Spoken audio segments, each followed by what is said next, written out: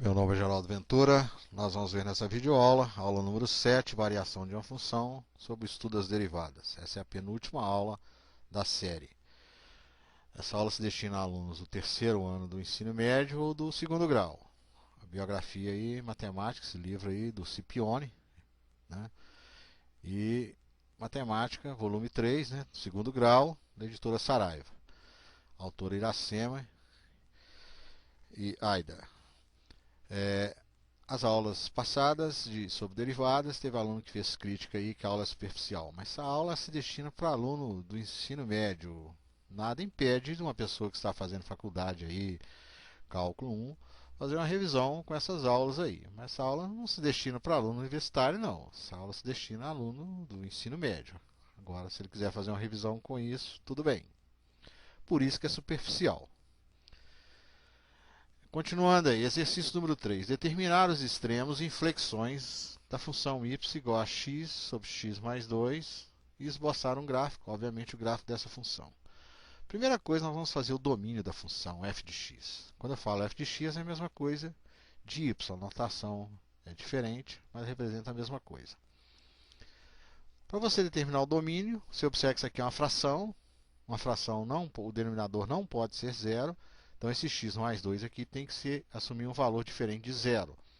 Então, x mais 2 diferente de zero. Passo 2 para o segundo membro com a operação inversa. O inverso da adição é a subtração. Então, o domínio é o conjunto dos números reais menos o número menos 2. Então, x não pode assumir esse valor. Depois disso, nós vamos obter as raízes da função y igual a x dividido por x mais 2. Você chama o y de zero. Para obter a raiz, se chama sempre o y de zero. Isso aqui é uma divisão, você passa multiplicando. X mais 2 vezes zero vai ficar zero. Zero igual a x, que está no segundo membro. Essa é a raiz. Então, a verdade para essa equação é zero. Feito isso, nós vamos fazer o cálculo da derivada da primeira e a derivada da segunda. Então, esse aqui é um quociente. Então, a derivada do quociente nós vimos na aula número 2. É a derivada do numerador, que é x, multiplicado pelo denominador, que é x mais 2, menos o numerador, que é a letra x, multiplicado pela derivada do denominador, que é x mais 2. Aqui, ó. A derivada de x é 1. E a derivada de x mais 2 também é 1, porque a derivada de x é 1 e a derivada de 2 é 0. Então, 1x menos 1x igual a 0. Corta esse menos x com esse mais x, sobra o número 2 no numerador. Essa é a derivada da primeira, fy', né? Ou f' de x, tanto faz. Aí a derivada da primeira. Agora, se observa que isso aqui não tem raiz, não possui raiz. Pelo seguinte, se eu fosse encontrar a raiz, eu ia chamar o y' de zero. Então, tiro o y' e coloco zero. Zero vezes esse denominador aqui, ó, porque isso aqui é uma proporção, produto dos meios igual ao produto dos extremos. Zero que multiplica x mais 2 elevado ao quadrado é zero. Só que zero não é igual a 2. Ó. Zero é diferente de 2. Então, isso não possui raiz. Se não possui raiz, né, significa que nós não temos nem máximos nem mínimos. Agora, nós vamos fazer o gráfico da função f de x, ou então y. Né? Esse gráfico eu obtive num programa de informática chamado Maple. Mas, no caso, você pode esboçar isso aí fazendo os cálculos, né? Você observa que eu construí uma tabelinha aqui, x e y. Obviamente, o x não pode ser menos 2, porque isso aqui não faz parte do domínio. Então, o x tem que ser diferente de menos 2. Por isso que eu cortei, não tem correspondente. Quando o x é menos 2, ó, menos 2 mais 2 é zero. Você não tem como dividir menos 2 por zero. Então, não tem correspondente. Aí eu atribuí valores à direita do menos 2, que é 0, 1, 2. Efetuei os cálculos, né? Quando for 0. 0 dividido por 2 igual a 0. Quando for 1, 1 mais 2, 3. Então ficou 1 terço. E aí efetuei os cálculos e fiz o gráfico. Não é o objetivo dessa aula, né? Feito isso, nós vamos fazer o limite da função. Limite de f de x quando x tende para mais infinito. Então você vem aqui mais infinito, para a direita, né? Sobe, sobe, sobe, sobe, pega a curva e vê para onde é que ela aproxima no eixo y. Ela aproxima do número 1. Por isso que é 1. Limite de f de x quando x tende para menos infinito. Menos infinito, vem aqui no eixo x, vem para cá, menos infinito, sobe, sobe, sobe, sobe, pega a curva de vermelho aqui e vai lá para o eixo y procurar o valor numérico dele. Então o valor numérico dele é o número 1. Então, tanto para mais infinito como menos infinito igual a 1. Agora, se você não entendeu essa explicação, você pode estudar aí as aulas sobre os limites, né? Como é que obtém esses valores lá graficamente.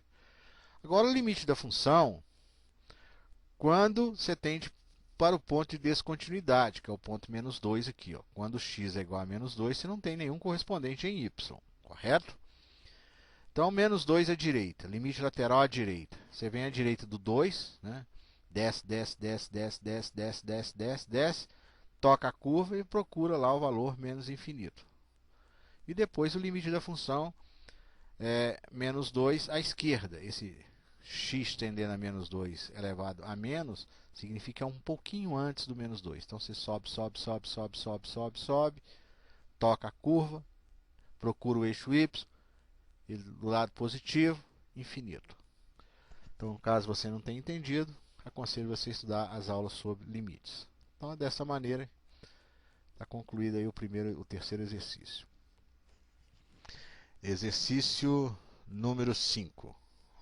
Aliás, aqui o anterior era o número 4. Esse aqui é o número 5. Um corpo é lançado a partir do solo, supondo que a aceleração da gravidade no local é 10 metros por segundo ao quadrado e que sua altura s no instante t segundos é dado pela equação s igual a 40t menos 5t ao quadrado. Pergunta-se, letra A, em que instante o corpo atinge a altura máxima? B, qual a altura máxima atingida pelo corpo? Então o sujeito pegou um corpo aqui, lançou, ele subiu, subiu, subiu, subiu, subiu, devido à gravidade do planeta, né? No local 10 metros por segundo de aceleração, a gravidade atua sobre o corpo, ele para e aí depois ele desce. Quer saber quanto tempo ele gasta para atingir um ponto de altura máximo? E qual que é essa altura? Então a primeira coisa que nós vamos fazer é a derivada da primeira. É claro que você pode resolver esse problema aí lá na mecânica, né? Com as equações lá do segundo grau, equações horárias da velocidade, do espaço, você consegue resolver isso. Não resolver pelas derivadas. Então a derivada dessa função, derivada de 40t é 40. A derivada de menos 5t ao quadrado é 2 que multiplica menos 5 é menos 10t. Então 40 menos 10t é a derivada primeira. Aí nós vamos encontrar a raiz dessa derivada. Você chama S' de zero.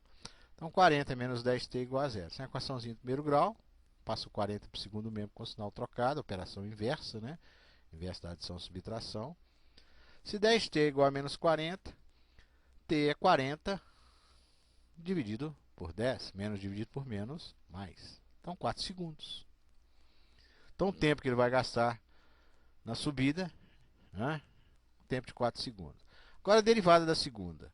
Derivada de 40 é zero. E a derivada de menos 10t é menos 10.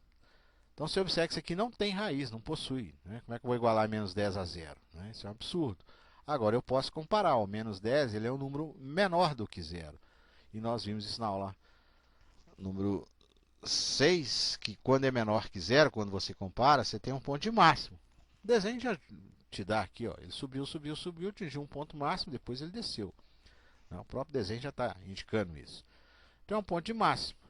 Agora o que eu irei fazer? Eu vou pegar esse tempo igual a 4 segundos, substituir na função dada, que eu encontro o espaço, ou seja, tanto que ele subiu.